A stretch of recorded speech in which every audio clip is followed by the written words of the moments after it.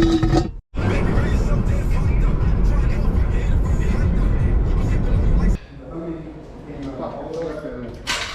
old are these fucking tires? They're old as fuck. I know, they're all super crispy. old. What is going on, you guys? Welcome back to the channel. Today we are headed to the junkyard, but first I stopped by my buddy's shop, NorCal Auto Styles, over here at Fremont Boulevard to drop off some wheels for some tires that the homie Nate hooked me up with, and we'll have some wheels for the red all-wheel drive car. Right now I'm headed to the junkyard. It's about 3 exits down to Newark, and I'm looking for an EG radiator support. I did some research online and they said that the coupe, the hatch, and the sedan radiator support are the same, and this yard has a bunch of sedans and coupes, so hopefully I can find one that's clean so we can cut it out and bring it home. A lot of this stuff here is old inventory.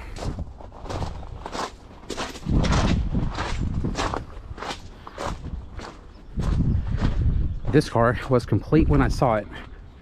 Radiator support looks really good, not bent on the bottom, except somebody cut this whole entire shock tower out and snip off a section of the radiator support, so cannot pull this one. On to the next row. Row 108. I did see some new cars in those rows over there, but I'm trying to find my specific cars first. 108. Oh, it's right there.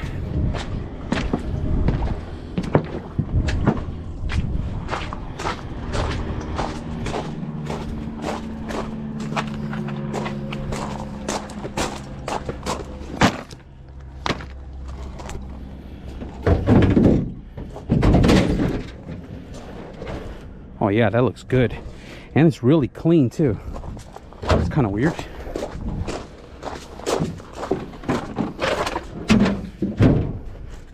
Del Sol is an Integra over there.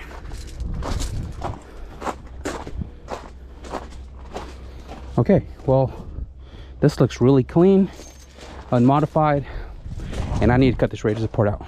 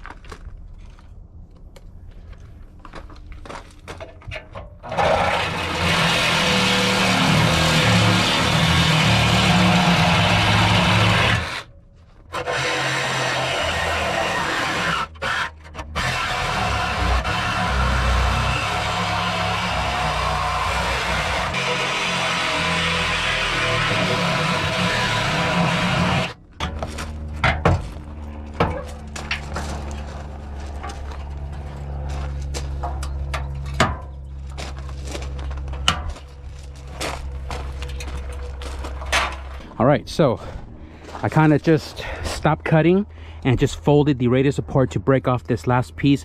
This is 2 pieces of metal welded together, and the blade was like on its way to break again, so I stopped just in case, and we have the radiator support out. All I really wanted from this junkyard was the radiator support, and I got just that. So there is one more thing I want to grab, because this yard between the 2 that's close by has the RSX that I'm looking for, and if it still has its engine, I'm going to pull the oil pump out of it as well too. Oh, and I also did break my first one here, Harbor Freight. The next car I'm looking for is in this row here, except this entire row is flooded.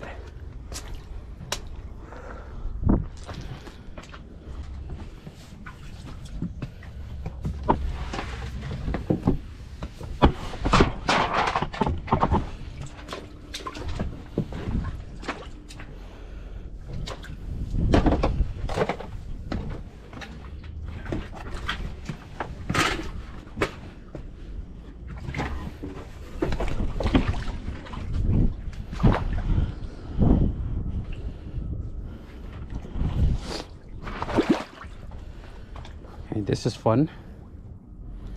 This is fun. So I came to check the other RSX. This is row 120. The other one that's flooded is row 112.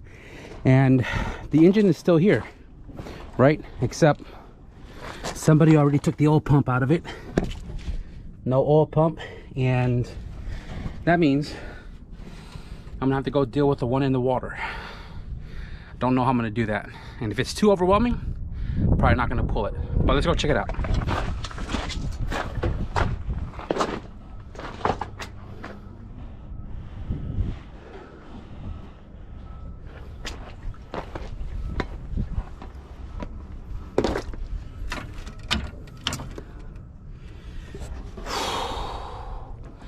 I'm not sure how I'm gonna do this. I'm tired. Rate of support is pretty damn heavy on an EG. That's crazy.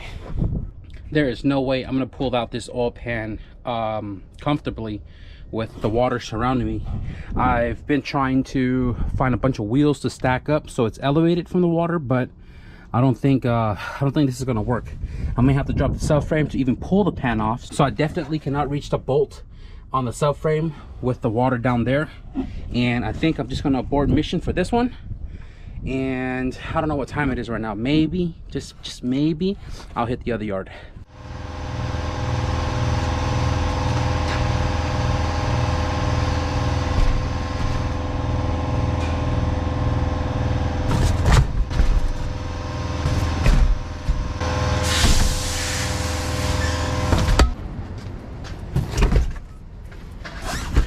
So we are done for the night, guys. We are back home and garage is closed. But after the junkyard, we went back to Norco Auto Styles. Big shout out to the homie Nate. He hooked it up with some Hankook V2 tires and he mounted it for me, as well as the other 2 tires you guys saw or maybe saw for the Slipstreams. But we mounted 6. Big shout out to him for that. And I kind of hung out a little bit because traffic hour, and I was like, wasn't trying to get stuck in traffic, although I did leave early and get stuck in traffic anyways. But we're back home. I'm stoked to be able to grab the radius support from the junkyard. I didn't really walk it much because I had so much stuff I had to carry with me. I need to get a junkyard dolly just to make it easier for me, like the homie Fred does with his. But I had so much stuff to carry and I was just way too tired. I was definitely gasted and my fingers were hurting because of how heavy the tool bag was, as well as the radius support. But nonetheless, we got what we went for, the radius support right here on the floor. Soon we're going to start tearing into the engine bay and prepping this radius support to be put on and sand the entire engine bay and get all that prep for paint. Though we didn't get the oil pump that I wanted to grab from the RSX K20A3. If you guys don't know, the RSX K20A3 shares the same oil pump as the Type S, which you would want if you rev high, but it is what it is. I didn't really want to go swimming in the pond and the other one was already taken, and I also didn't have time to go to the other junkyard for 2 reasons. One, because I had to go by the shop to pick up my wheels since I left it there to go to the junkyard because I didn't want to take it with me to the yard, and because I had to go home, which is 25-ish miles south, I had to stop by to pick up my wheels, and I didn't want to leave it in the car while I was in the junkyard. So I'm gonna have to go back to the junkyard a different day to see if the RSX there has the oil pump so I can snag it. Otherwise, we're not going to do the oil pump conversion, which would be okay for what we're doing. Is that enough hint for you guys? The swap that's going to be going into the new car. I know a lot of you guys were leaving these comments about why I'm using junkyard parts for the KRX. Just so you guys know, that car is running 100 PSI-ish on full throttle, and you know, it's definitely above 40 plus from idle to wide open throttle. So the junkyard oil pump works perfectly fine, as long as it's not a spun bearing engine, as long as it's within tolerance, because everything has a tolerance. If the internal is too worn down and past specification, obviously you don't want to use it. If it's within, you're good to go. The KRX has great oil pressure.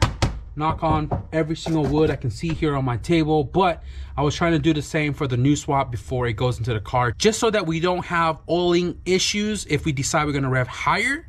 But simply, there's nothing wrong with junkyard part, guys. Just got to be smart about it. This may be a very short video because I didn't really do too much, but we did get a lot done. So you guys already know what it is. Progress is better than no progress. I'm very stoked to finally have this radius support here with me, and that means we're going to start wrenching on the new Blueberry car real soon. And the craziest thing is, today I was like, you know, I need to try to reach out to find out who the owner of the car was. And the owner of the car reached out to me. That's freaking awesome. So I know what the wrap is on the car. Hopefully we can get some wrap on the way to do some more wrapping and stuff. I want to repair some areas of the car where the wrap is kind of peeling back pretty bad, although most of the car is pretty good. I just got to do some touch up here and there as far as cleaning up edges and stuff.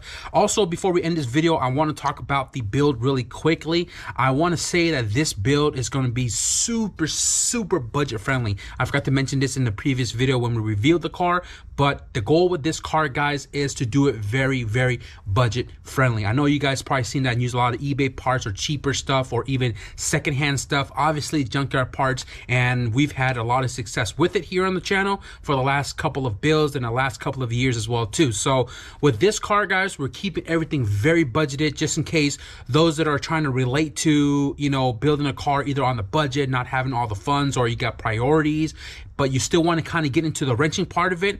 This build is going to be it. I'm going to show you guys how I'm going to build a car on a very super budgeted setup, inside and out and all around.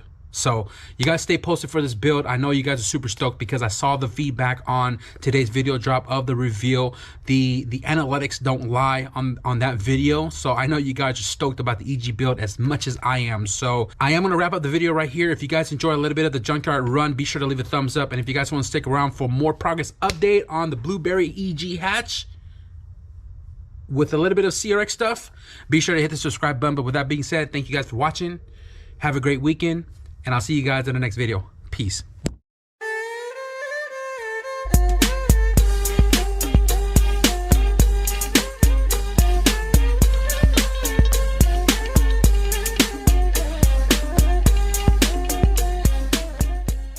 And I had a lot of people to ask me about the GoPro setting. It's literally the factory reset setting.